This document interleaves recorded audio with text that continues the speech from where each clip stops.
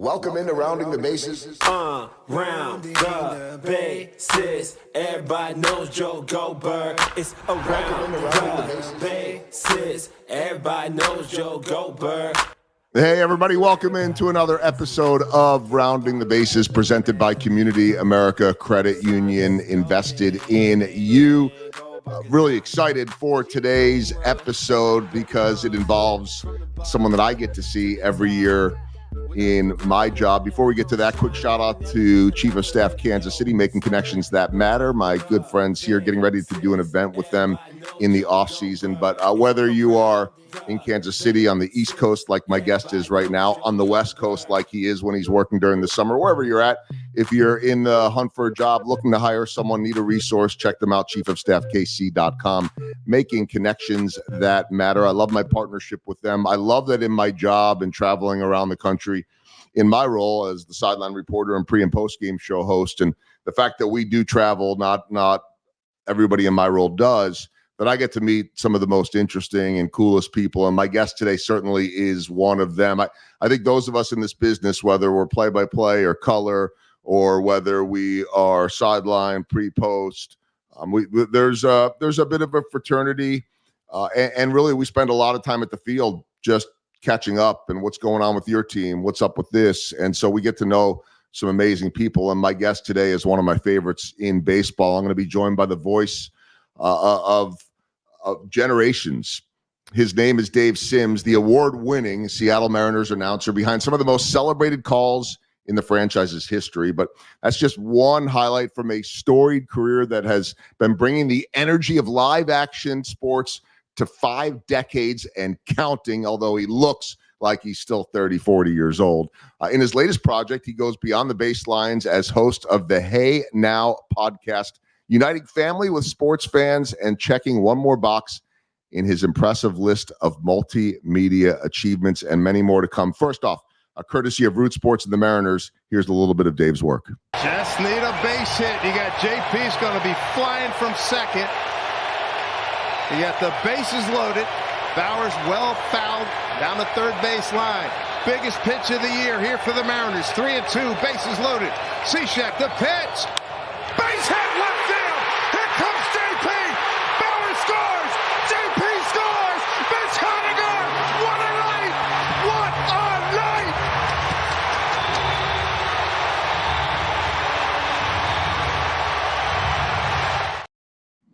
And we are joined right now by the man with that incredible voice. And I know you've seen that clip, or maybe you don't go back and watch them. I don't go back and watch most of my work, but I know that when that night happened, I think I watched that thing 5 times. I was so excited and fired up. Those moments, Dave. I was actually thinking about you yesterday as we're recording this now, as Tom Hamilton went completely berserk, which he usually does for like strike 2, by the way. But now some epic, historic moments in Cleveland. What's it like to be the guy that delivers those moments? And by the way, hi. Joel, good to see you. Thanks for the invitation to join you on your show. It is, you can't script it, and you just react to it. And it's so organic. And because you're with the team every day, you know the storylines, you know what's happening, and leading up to that. And that situation was, 2 years? That's not 3 years ago. Game 161 against the Angels in Seattle. Got to win to stay alive for a chance to win tomorrow, Sunday, to at least have be in position for a tie for a playoff. Haniger had hit a 2-run homer. I think it was like in the 3rd inning, put the Mariners in front. Angels come back. So that's in the 8th inning with 2 on. They got to win. You got to win to keep the thing alive. And he got a base knock. And the reason why you have me on camera, because at that point we were still trying to break a long playoff drought. Mariners hadn't been in the playoffs since 2001. And this was the closest. I mean, this was unbelievably close. And we just a new social media director had come in from the Mets, Tim Walsh, really good dude. He said, "Listen, we want to document this. Got a GoPro in front of you, GoPro in front of Rick Rizzo on the radio side. So we want to capture this moment." And it worked. And I wasn't playing the camera, man. It wasn't even there. I didn't even know it was. I mean, I knew it was there, but I wasn't. Yeah, you're not thinking about it. That's the least of my worries. I want to make sure I got paid attention to what that is going on, make the call. And the other thing too, we were still. So that was 3 years ago. So we were still not quite done with COVID, and we were still working in separate booths. Mm-hmm. So I was in one booth, and Mike Blowers is another booth. And that call, I still have guys reacting to that. And the one the following year, when we did make it, Cal Raleigh hits a home run, gets us in. And I have players like I'd see guys like David Ross 2 years ago. We go to Chicago. And I'm walking out to the cage and say, "Well, I got my hand out," and he runs up, "Dude, you effing rock, man! That goal last year was unbelievable. Oh my God, I watch it all the time." And I've had tens of players come up to me and say, really dig the call. That was great stuff. Big fan. Try to watch you guys, if you're on the East Coast and driving home or get home. That whole thing. It's been great.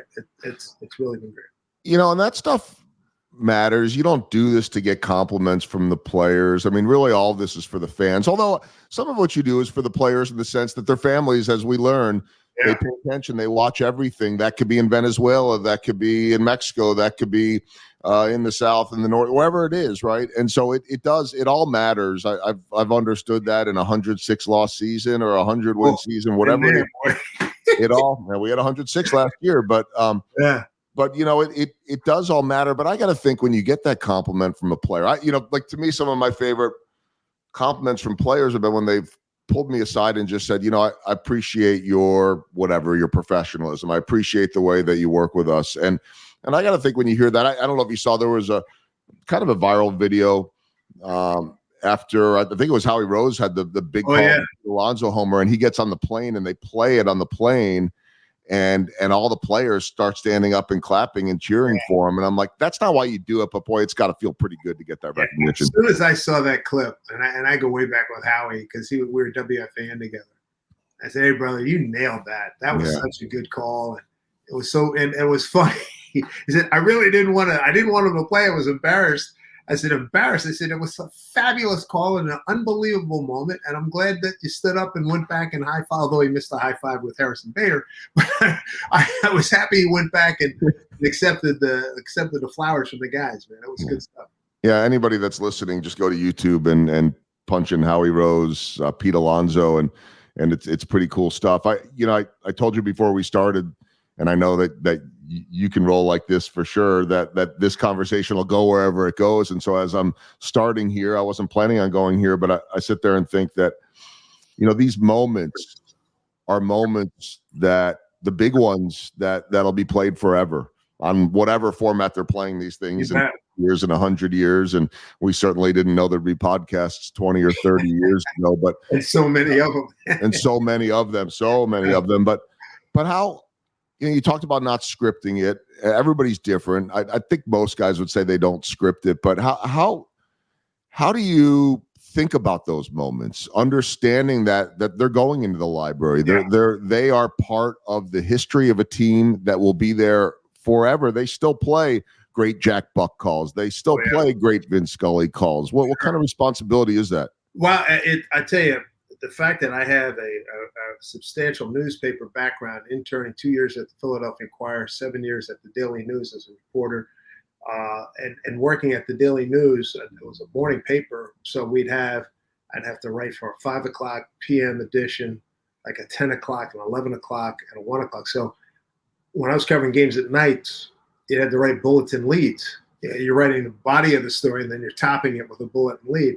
And you want to get the who, what, when, where, how, and why in there. And certainly in some of those big calls, particularly late in the season with so much on the line, you go in either. Sometimes I write it down. Sometimes I just have it in my mind. Hey, what's at stake? What's going to be the outcome one way or the other. So I'd say at least you haven't put it in a sentence form or anything like that, but it's like you got to hit 1, 2, 3, 4, 5. And I thought that Haniger call and then the Cal Raleigh call the following year when we got in, I said, long drive right field down the line. Mariners win this ball game 2-1. The dream lives. The drought is over. They're going to the playoffs. Cal Raleigh, wow, hey now. That's how, that sort of covered it. I mean, and that's what everybody in Seattle and the Pacific Northwest wanted to hear, man. boys going to the playoffs, first time since '01. Yeah, I mean, I still had, we've talked about this a little bit. I mean, I grew up outside of Philly. We moved when I was 13 to Chicago. I really identify as a Midwesterner. I've spent the bulk of my life in the Midwest, yet all of my childhood calls were Harry Callis. Okay. Here's the 2-2 pitch, swing and a drive. Think to left. There it goes. Michael Jack Schmidt. Yeah. Always Michael Jack Schmidt. It's so weird that I actually grew up. I knew Pete Rose was the now late Pete Rose. I knew Pete Rose was a Red, but for me, he was a Philly because that was like the early part of my childhood. I remember the 1980 World Series. Never really realized that it would be against all of the guys that would become my friends, all of these Kansas City Royals. Yeah. Frank White, my first broadcast partner, George Brett, now writing the foreword for my book that's coming out in January. Like it, pretty cool stuff. But for me, it was the voice of Harry Callis. I knew that Pete Rose's middle name was Edward because he was Peter Edward Rose, and Mike Schmidt wasn't Mike Schmidt. It was Michael Jack Schmidt. Yeah. And of course, when I grew up, and you were a little before me, even if you look younger than me, you lived to listen to those voices on the radio. That was the only way you had it. We had a record, Dave. We had a record. Right.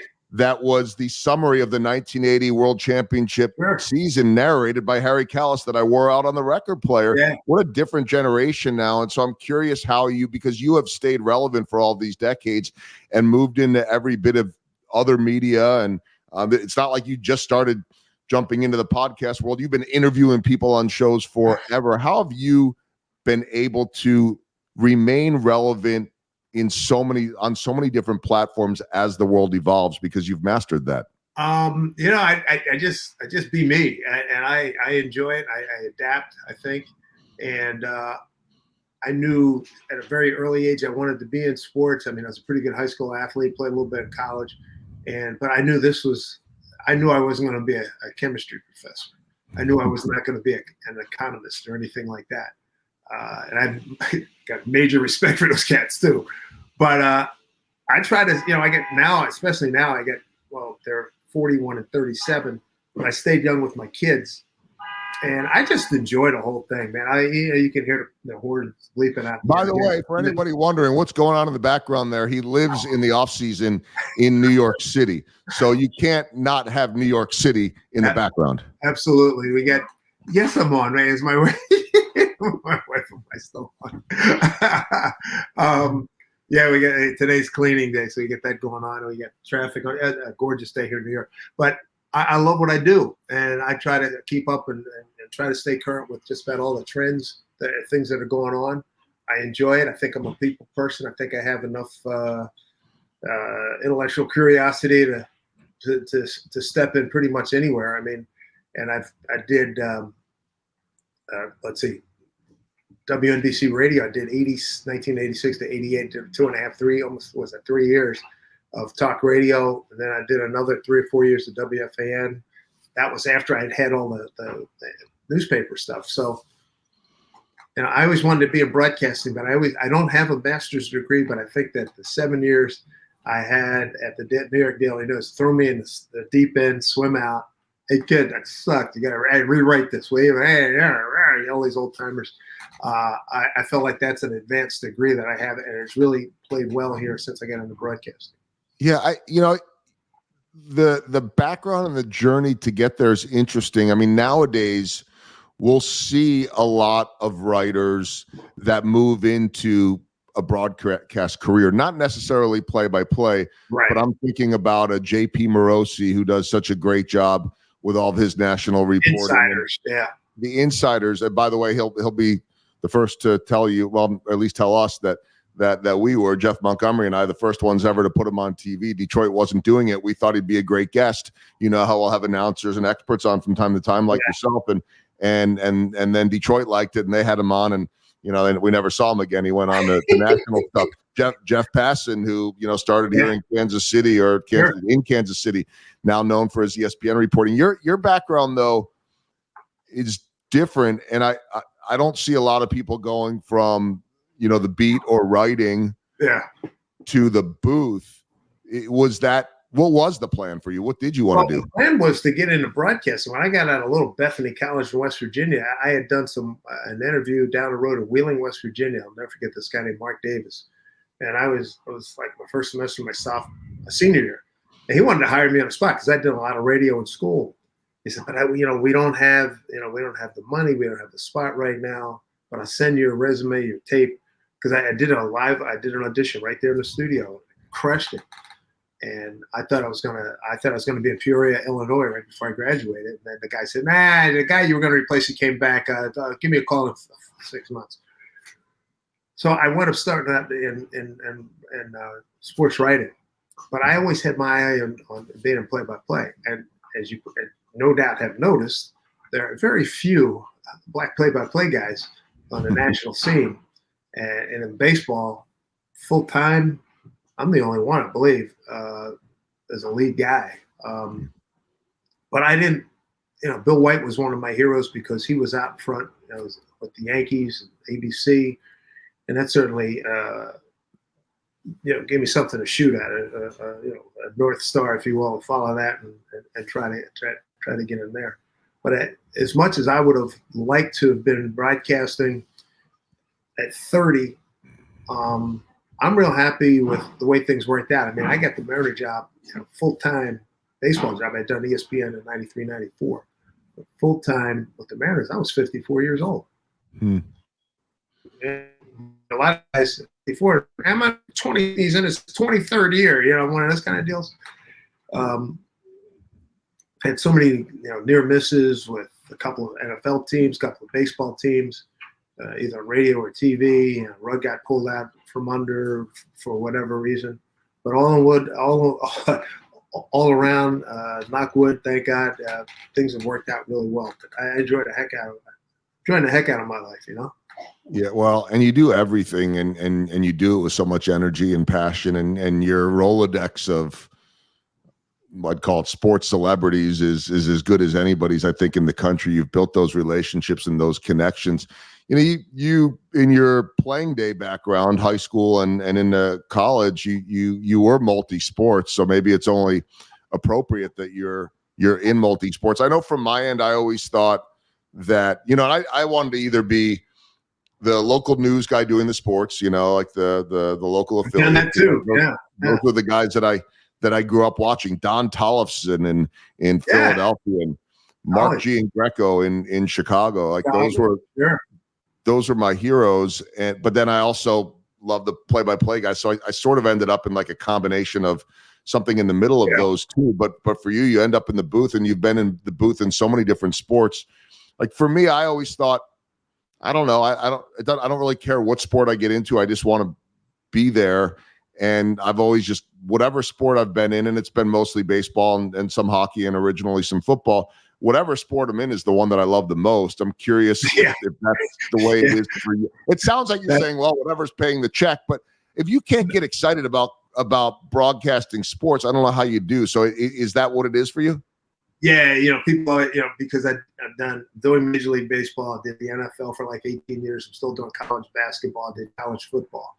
And which do you like more? So it's like asking me which one of my kids do I love more. Are you kidding me? It's like, this is up and down. I mean, come on, this is awesome, man. I get, and there was a 7-year run where I do maybe 8-year run. Where as soon as the Mariner, like the first 2 weeks of the NFL season, I would miss those weekend Mariner games to go do the opening 2 weeks of the NFL, and then pick it up in the first week in October. And invariably, we never made the playoffs, so it wasn't a problem. And I will say it was exhausting. I'm as much as I do miss the NFL, but I don't miss how tired I got. But I mean, you get that energy. If you can't get fired up calling an NFL game Sunday night, Sunday afternoon, and I get to work with James Lofton and John Riggins and all these names, man, and good dudes. And it's tremendous. And the guys I work with in basketball, I mean, I worked with Dickie V, worked with Raph, Jim Spinarco, Ronnie Perry, who's a Donnie Marshall, Dickie Simpkins, so many guys, man. And I'm looking forward to this upcoming season in hoops. It's going to start for me in a matter of, I think my first game is November 4. Central Connecticut or Providence. So I have no idea. I haven't seen Central Connecticut in like years. I know Providence, but I'm looking forward to that, So, hey, keep working for a living, Yeah, keep playing and getting paid to play it. It is hard work, by the way, but it's the best work in the world. I'm curious how the preparation is different between the sports. You touched on something there that's interesting to me, because I always say football's only once a week and baseball's every day. It truly is sprint versus marathon. And, I think I cover the NFL as a local television reporter, and the greatest show on turf, Super Bowl. Yeah. Their second time around, they lost to Tom Brady, which was Tom Brady's first. But, being around Kurt Warner, Marshall Faulk, all of those guys. And it was like there was such a rhythm to the week. Yeah. But it was like every week was the Super Bowl versus baseball, where it's like you can't call every game like it's the Super Bowl, because you're gonna be worn out by the middle of May. How do you balance those different paces? Well, in baseball, every game has a moment or two or three. So it's just nice and easy. And when that moment rises, you rise to it. In football, it's so explosive. It's so exciting. And doing it on radio, I'm a Marty Glickman disciple. Marty was probably the first play-by-play guy, the jock turned play-by-play guy when he came out of Syracuse back in the late 30s. Ran the 30. Didn't get a chance to run the 36 Olympics, which is a whole nother hour. You could do an hour on that. But he was like the rabbi of certainly my generation of play-by-play guys. And on radio, particularly football, I'd come out of games exhausted, because I'm one of these guys that's going to tell you the formation, the down the distance, where the ball is, left to right, near side, the far side right or near side left. And Marty, and I sort of knew this intuitively. And then after being tutored by Marty we both were at MSG Network and NBC, this would have been in the mid-'80s. And I learned so much of that. And my wife hears me scream a lot of times. I turn on the radio, and the guy says, "Here's a handoff to Marshall Faulk, picks up 5." Well, no. That's not how you call it. Warner under center, I formation, 3rd down and 6 at the St. Louis 42, going right to left. 14 minutes to go here in the 3rd quarter. Handoff to Marshall, running off the right side, picks up about 3 yards, tackled by Johnson on the outside. The numbers, gain of 5. Details. Then you get the hell out of the way and let the analyst describe it if he wants to. And what it makes me insane is my soapbox here on radio, that Mitch does a really good job. Mitch Holtis in Kansas City does a good job pretty much describing every little movement. I want to know the formation down distance. A lot of guys on radio don't do that. There's so many guys on TV who go to radio and they think they're stealing when they go to do radio. They don't do it right. So that's excitement I like. It's horseshoes. I always say it's like horseshoes and hand grenades. Working TV, because you're doing caption service. And as Marty and John Madden pointed out, you want the analyst is a star. He played. You'd be the traffic cop, do the reads, do the setups. On radio, you're the captain of the ship, and what you say goes, and that's the difference. And I like that change of pace. It's just so different. I see so many guys that'll come over from radio to TV, and they're calling every little detail, and it's like it's too much. It needs to breathe. Then you go over to radio, it's like you were saying, and you're missing some of those details. The beauty of that Howie Rose call, right, is that you could have closed your eyes and never seen it, and you would have been there. So is there more of an appeal to doing that in this day and age? The glitz and glamour, so to speak, is television, or maybe TV pays for, I don't know. But whatever it is, we live in a TV world, not a radio world, yet there are only so many Denny Matthews left out there. There are only so many of the, and so there, to me, I guess radio can change, but it's that link to the past that is going away. Like, do you have a preference, or is it an equal balance? It's an equal balance, and I love doing both. And you're right. I mean, the generation, Denny Matthews, John Sterling, and those guys, and I'm right behind those guys. Mm-hmm. Grew up on radio, appreciate radio, love radio, know the importance of it. And unfortunately, a lot of things that we know in radio are going away. We won't get into the whole business aspect of it. But you got for the 4 major sports, hockey on radio, I think, would be a bear. I don't know if I could do that. I could do it. I would try it. Somebody asked me if I would do it 30-some years ago, and I said, yeah, let's give it a shot. And then he never called me back.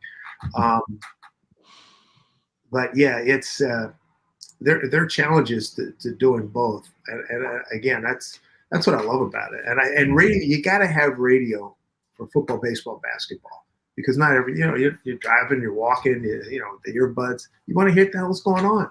And when you said about Howie's call, how descriptive it was, that was one of the things I'd learned a long time ago. Marty reinforced it. Marty Brenneman reinforced it. Hey man, think about like you're calling a game for somebody who is a blind, somebody who did have sight and lost it. So keep those people in mind in describing what the heck is going on. What's the wind doing? What are the colors? What's it sound like? What's it smell like? Give me everything. Don't hold back. We don't need you to describe the sirens. We already have those. Yeah. So I'm good. Yeah.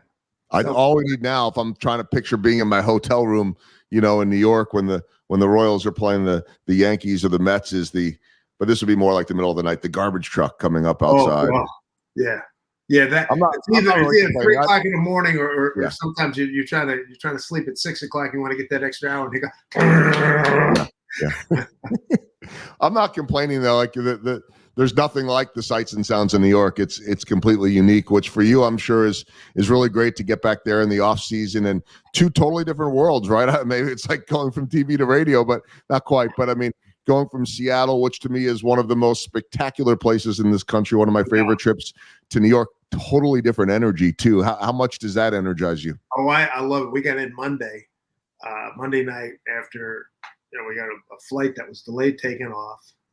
And then we got to the Midwest. We had to circle because there was high winds at JFK. So we're circling Detroit. Then we couldn't land there. Then we flew to Cincinnati, refuel, get to New York, get the bags. And it's, the wind is still whipping. And I was like, ain't this something? But this is New York. Look at this. It just everything. It was 7 o'clock at night. It was just, and it was, it was just a buzz. And it feels like somebody just turned up the dial when they leave Seattle. Seattle's great. Hey, love it. It's a different vibe.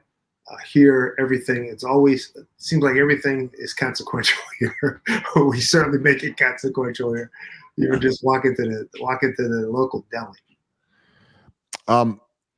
There's so many places I can go. I want to talk about the podcast in a little bit and the family aspect of what it is. But before I get there, to be a Ford C. Frick nominee, these are some of the greatest names in the history of baseball broadcasting.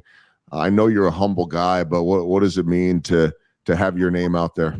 Joel, I tell you what, I get the call. So October 1, Mariners season had just ended, and I got a chance to go downstairs to the gym in the apartment building in Seattle. And I called a buddy of mine in Sacramento just to catch up. Hey, yo, what's up? So he didn't answer. So I'm putting my earphones, back in, and I see this text come in, and it's Joe Castiglione from Boston. Let me be the first to congratulate you on being, and I went, you gotta be effing kidding me. So now I said, Joe, are you messing with me? He says, no, you dope. This is real. Congratulations. You're a nominee for the Hall of Fame. I went, you have got to be kidding. I'm blown away. I mean, just absolutely blown away. And you look at the list of cats on there. I mean, Kruk and Kipe and Hammer and Hammy and Gary Cohen and a couple of guys who are no longer with us. I mean, geez, Liz. And just to be nominated is mind-blowing. I mean, if I win, great. But just to be nominated, put in that class is just beyond belief. And I shed a couple of many tears. I said, boy, if mom and dad were here, boy, whew, wow, man, we'd be on the phone just wearing people out. I mean, it's the ultimate, right? It is unbelievable.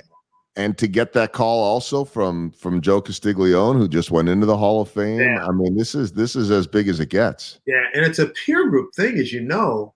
And the 13, living members, was it 13 living members? David Halberstam, who I know, he used to run Westwood One, hired me a long time ago, and Kurt Smith, historian, and baseball. He's written a lot of baseball books.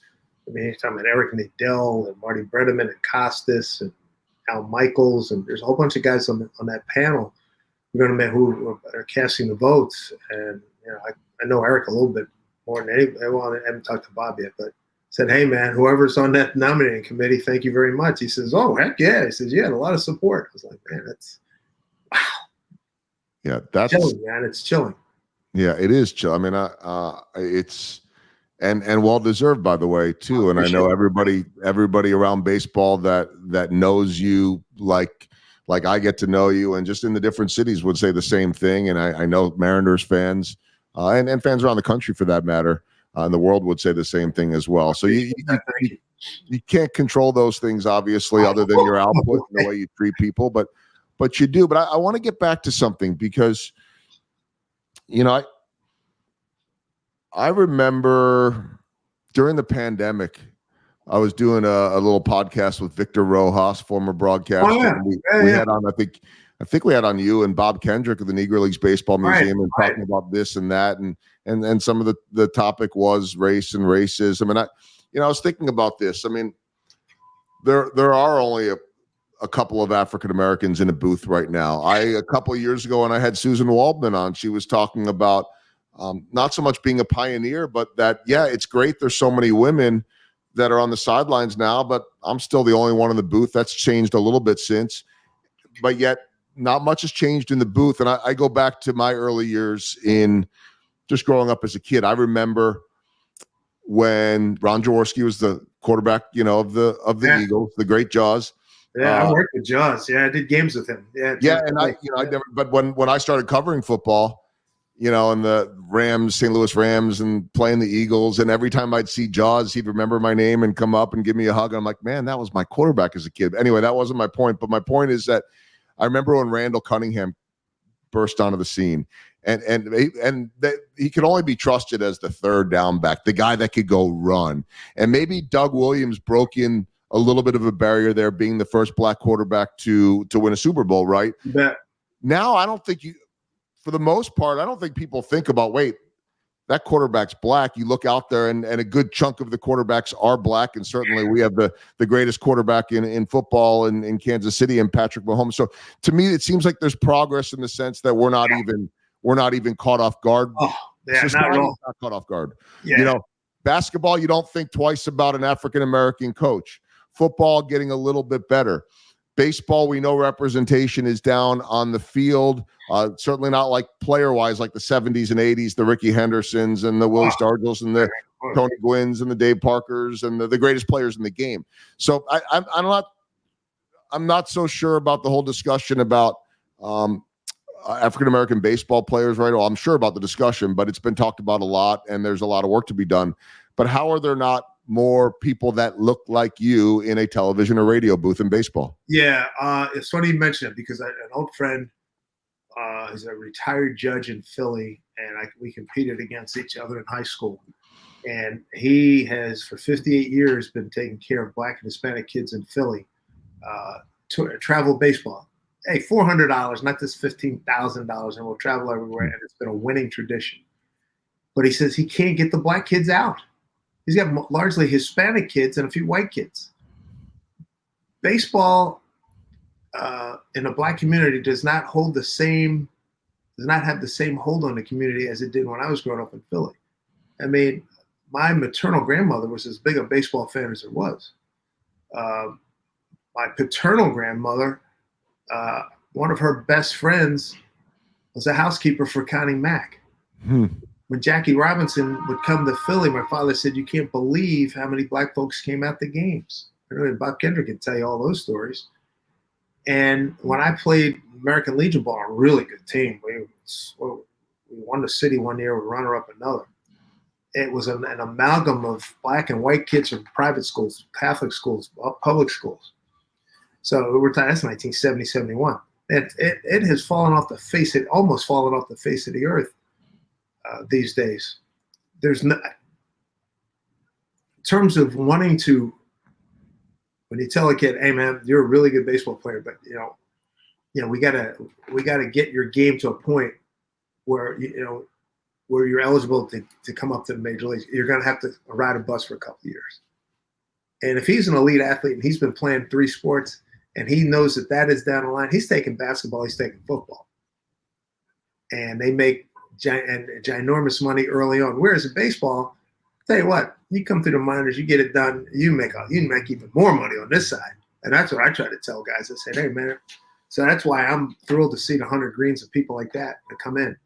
But we have to get it back to where there's more guys on the field that look like me or look like Andrew McCutcheon, Mookie Betts. I think that's what it's going to take. And thank God for those guys. And they do a great job selling the sport. But it's tough, man. And Edwin Jackson, Edwin Jackson played for 14 teams? Yeah. This might be 5-6 years ago. He comes in with Washington. And, me, I'm working both clubhouses. So he comes out in the field as I'm going out and says, hey, man, I just want to say hello. My name's Dave Sims. I'm broadcaster for the Mariners. I said, damn glad to see it. Somebody that looks like me. He said, back at you. We hugged each other. So the next day he says, hey, man, my wife saw us, getting together and meet and greet. And she said, do you know that guy? I said, no. It was just two black guys happy as hell to see each other because there's so few of us. I mean, there's only 6%. The 6 to 7% players are African Americans in the game right now. Broadcasting wise, it's me doing play-by-play. Mike Claiborne does radio in St. Louis. Robert Ford. And Fordy does, he's down in Houston. That's it in terms of doing play-by-play in baseball. And in football, forget about it. I mean, I was one of the Lone Rangers, and so we always call each other the Lone Ranger. Mm-hmm. I was a Lone Ranger calling NFL on radio. I don't believe there's any black play-by-play guys in the NFL right now. In the NBA, there's a few. Mark Jones's brother does Toronto. What's my boy's name? Collins. Eric Collins does TV in Charlotte. So the numbers, man, are not good at all. And it's a shame. And I do some work with Black Play-by-Play Scholarship Fund started by a guy named Adam Guardino up at UConn. And we got some guys on the come. And Jason Ross Jr. out of Detroit, dude is awesome, man. And he's like 5'6", and he's got a voice that sounds like freaking John Wayne. And he can call hockey. He can do all the sports. You got Everett Fitzhugh in Seattle, does the Kraken on radio. Black guy from Detroit. They're out there, and they just got to get an opportunity. Yeah, and then hopefully get to a point where you don't think twice about it. It's just like an announcer. Yeah, and it's funny. You were talking about black quarterbacks. I finished the season a quarterback, and the thing I was going to my next season being a quarterback, and that didn't happen. The chairman of the board's son all of a sudden materialized he was a quarterback, and that would have been my junior year. And I'd thrown a couple touchdowns this sophomore anyway. So I know what that's all about. I know that all those stories about black quarterbacks. But now I look at the greatest employer of young black men, the Southeastern Conference in football, and they now have no problems with black quarterbacks at all. And it's like, money. And it's like with Bear Bryant after John McKay's USC team kicked his ass in Alabama, and he essentially said, "We got to get me some of them." That's how the tide has turned. Yeah. For I guess for better and worse. I don't know. Exactly. But still a lot of work to be done. All right, before I get to my baseball themed questions, I want to ask you about the podcast and just the opportunity to be able to work with your sons Jarrett and Jordan and what that means to have the three of you together on the Hey Now Dave Sims show. Yeah, and my wife Abby is one of the executive producers. So it's been a lot of fun. And a growing learning experience. I mean, I've been doing this all my life. Jared's very smart ass and smart. Both were very bright, if I don't say so myself. And he is such a great thinker. He's a walking idea factory. He says, "Dad, you've been doing talk radio. You've done all this stuff. Everybody's doing. Why don't we do a podcast? What are you kidding me? Come on, let's go." And that's basically how it happened. And Jordy has come off of some post-concussion syndrome stuff when he's playing intramural basketball at the University of Wisconsin, and he's got his life back on track, and it's a lot of fun. And you mentioned, my Rolodex. I mean, like the episode that's up this week is with Coach K. One of the things he talked about was, I want all the athletes, if they're going to be successful and play and be major D1 athletes and pro athletes could play all the sports. Just don't lock yourself into one. So, and we're aiming at sports and entertainment. We've had Bill Burr, the great comedian. We've had him on. Ken Jennings has been on the host of Jeopardy. Oh God, come on. Curb Your Enthusiasm. Jeff Garland. Jeff Garland is going to run next week. We've had Jay Buhner, Ken Griffey Jr., Dusty Baker. It's Robert Wall, the great member from Arliss. Yeah, of course. Him. So and we got a bunch of guys. Jim Nance is coming on first week in November. So we're trying to lock up a whole bunch of guys and get them on. And it's a little bit of This Is Your Life.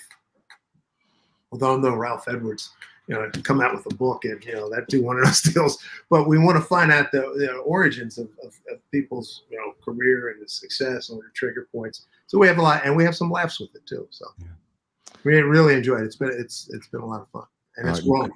Yeah, and how cool to be able to do that as a family affair. Yeah. Not a lot of people get to do that, and you spend so much time away from the family to be able to do that and do what you do well and have them be a part of it. An important part of it is something that's truly unique. All right, baseball themed questions and career wise. I mean, you've done everything. Maybe not everything. There's something left out there. What's the biggest home run that you have hit in terms of moment? Did I hit? Yeah, it could be a favorite home run call too. I mean, whatever. I hit. What's I a big moment? One time as a freshman playing baseball, and it went out, and I think we won a game. That's important. Yeah, I mean, I was just like, I took an easy swing, the ball jumped. Yeah, if it was a different generation, it'd be on YouTube. But we didn't see it. So. That's the truth. But the biggest home run I've called is Cal Raleigh's home run to get us in the playoffs. Was that 24? That's 22 years ago. Yeah, that was unbelievable. And as big a reaction as I got from the Haniger RBI, the 2-run single, it was even more on the Cal Raleigh home run. We played the Phillies the next year, and I go up to Kyle Schwarber, and he just started poking my chest. Dude, effing call. He said the same as Rossi. So, and that's been a great entree to meet a lot of guys in the game. Yeah. So that's without a doubt the biggest. Well, because we live in a day and age of all the social media clips and everything going viral. So it's not like Kyle Schwarber sitting at home watching a Mariners call, but it popped into his feed. And, whoa, this is awesome. And you're right. What a great way to meet people. So the world has changed in some ways for the better with that. How about a swing and a miss? Something you whiffed on over the years. I know Bobby Knight walked out on me in the middle of a live interview once. I asked something he didn't like. I didn't even mean to, but how about a swing and a miss? Huge swing and a miss. The year, I want to say 14, Yankee Stadium. Kyle Seager goes third deck. I mean, just a mammoth, monstrous, glorious home run. Earlier that day or earlier that week, Lynn McClendon was still our manager. Yeah, it was 14, yeah. And he said, well, and he always said, hey, we go out there, we fight like hell, and win a ball game, we go home and get some ice cream. All right, so that's the premise. Swing and drive, upper deck. Oh my God, home run, Kyle Seager. The Mariners are pouring it on. It's 9-1 Seattle. Hey, Lloyd. And what I wanted to say was, hey, Lloyd, you better get some more ice cream to that truck to deliver to the plane tonight. I had a brain cramp. I said, hey, Lloyd, to the delivery, to the truck. I was so excited. And it was like 4 trains coming in on 2 tracks at the same time and had a major collision. And that's what happened to my brain. And to this day, people still break my chops on that. That would be my biggest swing. Although, yeah, that I would say that was pretty good. It's live TV and live radio. So there will be. Oh, yeah. There will be mistakes every day. I mean, it just ones that you don't even realize. And at least for me, I'm curious your perspective on this, and I'll move on. For me, like I could live with, and I'm just talking about for me in the course of a report or pre and post game, but it's all live. And, I could live with the mistake, the mix up, the switch of a name or whatever. But then there's some where they just when I was younger, any mistake I'd wear for a week. And then you get to a point where it's like I might wear it for 3 seconds and it's just gone. But then there's somewhere where it could take years, months. How do you move on from mistakes when they get you? Because unless it's taped, you got to live with it. Yeah. I got another one too. I'm making an entry with that other item. Earlier this year, I know a whole bunch of things were going on, and Cal Raleigh just kills one upper deck, wins the game, and a 3-run homer by Cal Raleigh, and the Mariners won the game. It was a grand slam. I forgot. Those hurt. That really hurt, and I probably beat myself. As he's scoring, and I'm looking at the score bug, and I realized that I didn't freak. I as I was packing up, I was like cussing myself like, you can't believe it. I was like, how did you do that? You've been around for that. What do you? But it happens. I'm sure everybody, his evidence, Mr. Scully, if he was still here, he would probably tell us about a mistake he made. Couldn't be that big, but I'm sure he had some back in the day. But I laugh about it. Like you said, you got 3 seconds, maybe 10 seconds, you idiot. What are you doing? I hit the mic and I go, clench your teeth. And all right, 2 down here in the third, and you just keep moving. You have to keep soldiering on, man, because the game moves on. Game moves on. It always does. All right, last of the baseball theme questions, small ball. I started asking this for my guests, really paying homage to the way that the Royals won it in 14 and 15. And then again this year too. Yeah. They can't live and die with the home run ball. They don't have Aaron Judge. They don't have that guy. Oh, they got Bobby Witt Jr., just like the Mariners have Julio Rodriguez. But a lot of small ball, a lot of base running, a lot of little things. And to me, there are a lot of little things in broadcasting and in life that make you successful that nobody sees that's going on before the games and in all of your preparation. What's small ball to you? Some days you come in for whatever reason, you might be late at the ballpark. I don't want to go down here with the manager says. I don't really care. And then I go, smack myself in the face. And sure enough, every time I've thought about not going down, I go down and I pick up like 4 or 5 nuggets that I didn't know, or things that are amplified on. That's why, I try to, especially, the Mariners manager, and more often than not, I'm going to make contact with the opposing manager at least once, and hopefully more than that, depending, sometimes the first day of a series, as you know, it's tough to get guys. But I try to make contact with all the guys, and it's been great. Like I met the Mets manager, Carlos Mendoza.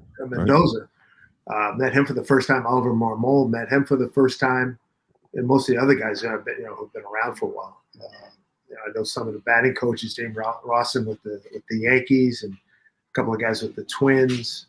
So it's a lot of fun. Matter of fact, with the Dodgers in town, out of the 2 days ago, my doorman says, "Hey, my friend the doorman around the corner says, the Dodgers just pulled in on 5th Avenue." I said, "No, it's probably Madison Avenue." So it reminded me, I got Dave Roberts' phone number. "Hey, Dave, all right, welcome to my town. Hey, let's get the that whole thing."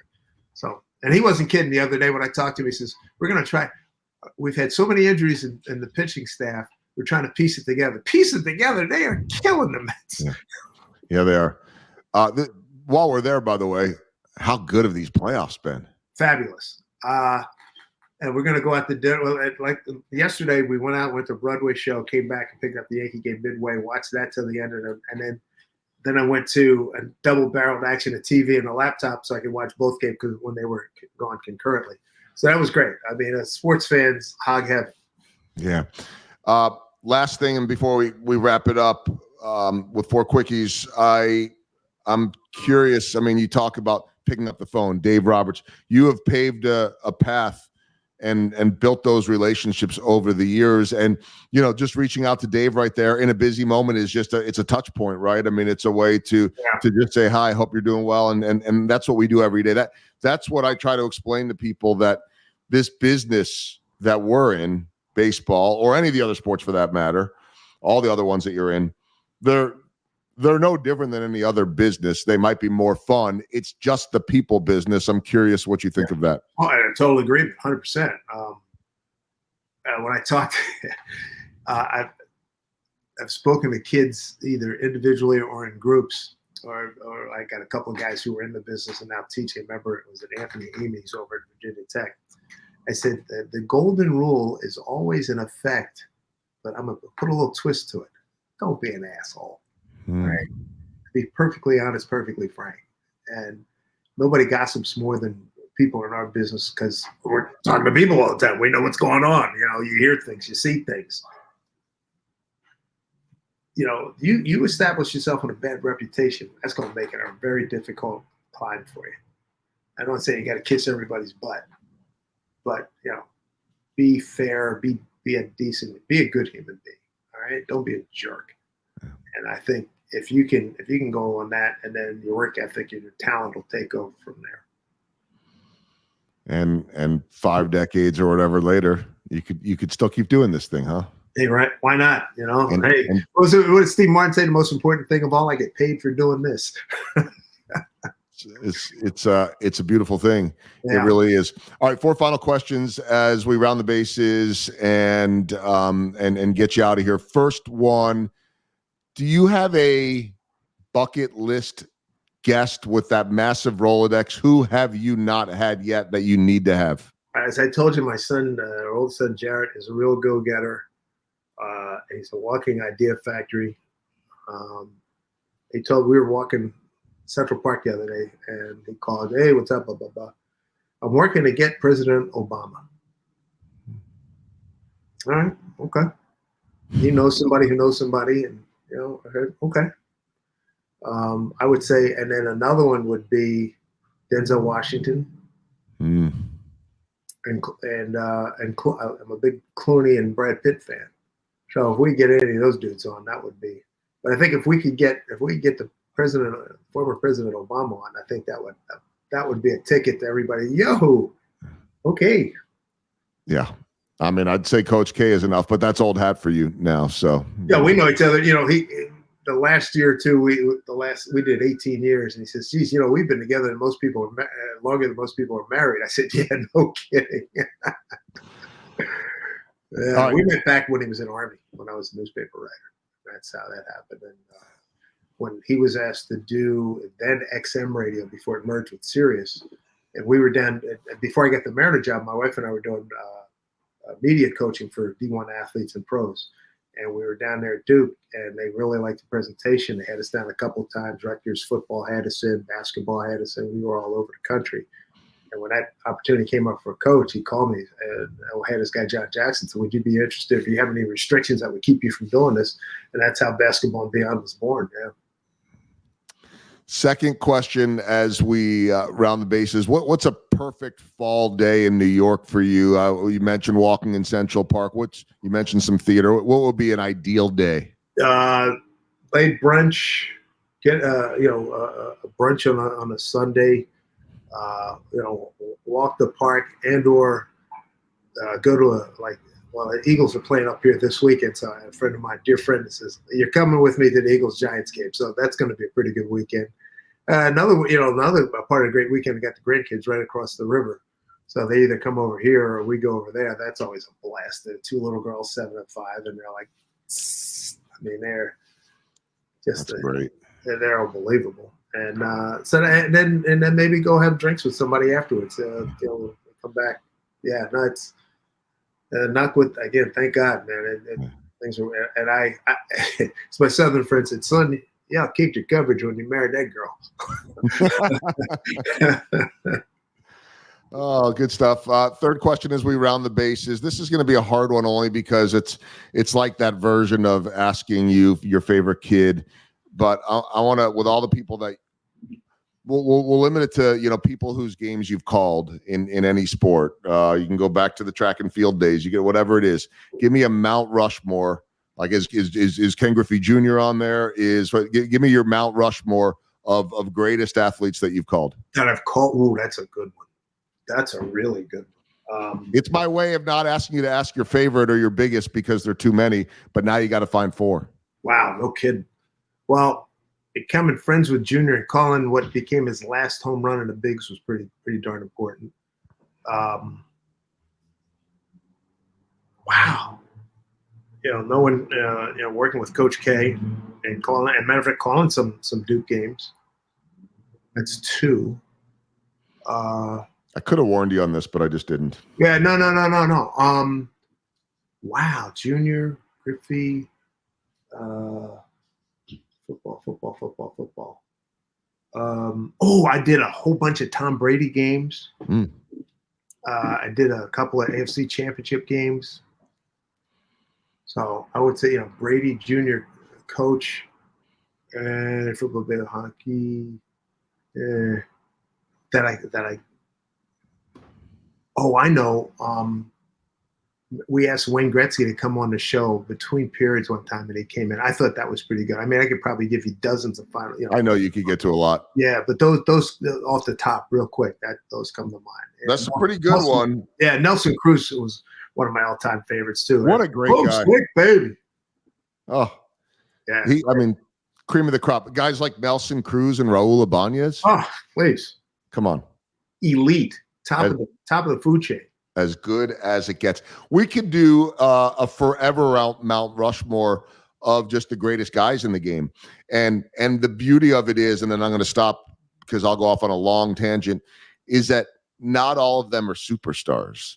And so some of the absolute greatest salt of the earth people that you meet in this business are no different than that cool vendor or that cool usher that just are amazing people, and they might have only played 1 or 2 years, but you never forget them. Yeah, that's a solid category. I'd have to really sit down and I can give that another opportunity. But you're right about that in terms of doesn't have to be somebody who's in the limelight and all that kind of stuff. Yeah. And then it can be Kurt Warner, the nicest, what turned into superstar that I ever met. So all right, we're going with Ken Griffey Jr., Coach K, Tom Brady, and Wayne Gretzky.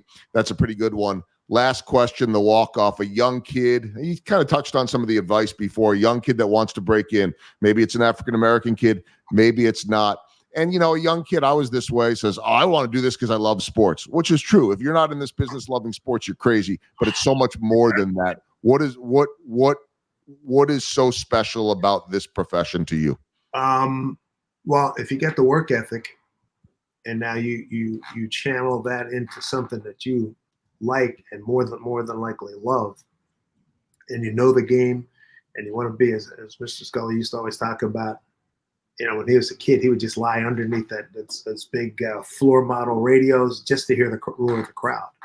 And man, hearing that roar of the crowd is like the home run at the big Christmas hit yesterday. Just listening to that crowd was just amazing. And I listened, as you mentioned, Tom Hamilton's call was great. The Hispanic call was off the chart. Yeah. That was off there. All I recognized was Feliz Navidad, but that thing was fantastic. So if that's something that you like and want to get into, eyes open, ears open, network, get your name, get your work out there. Somebody once said to me, if you got an empty trash pails in a station for a small station for a little bit, to get your bona fides up, to build up a resume and do what you got to do. I was lucky I didn't have to go to a small town, super duper small town, and learn. Yeah. Like I said, I got thrown into the biggest market in the world and learned to survive. So I've been very grateful for the opportunity. You believe this? I mean, you've been paid for a lot of years to be living this dream. That's not a lot of people get to do that. Yeah, no doubt. No, believe me, I'm forever grateful, no doubt. Dave, we always love seeing you whenever the Royals and the Mariners play. I hate when it's like this year where we just exhaust all of that. I think it was all in 1 month this year. Maybe much. Yeah. Like I hate that when it's like, April twice or whatever it is, but always love when we see you come into town. Always love being out in Seattle, and I've told you this before, but I'll continue to say it. You're one of my favorites in the league, and I really appreciate you coming on and sharing everything, and certainly want to encourage everybody to check out the podcast and Dave's incredible guest list and Rolodex that may sometime in the future perhaps have someone like a President Barack Obama on there. We shall see what the chops of your son look like on this one. Yeah. It's my father say, aim for the sky and get as high as you can get. That's what it is. And I know you'll continue to do that. Thanks for spending time. Have a great off season, if there is such a thing. And appreciate you doing it. Congrats on the Ford C. Frick nomination. And I'll talk to you soon. You bet, Joel. Thanks a lot, man. Appreciate it. Always enjoy seeing you and the boys in Kansas City. And say hello to everybody. And happy and healthy off season. And we'll see you soon next baseball season. It's going to be here quickly, as you know. It always is. Thanks, sir. Joel Goldberg. It's around the bases. Everybody knows Joel Goldberg.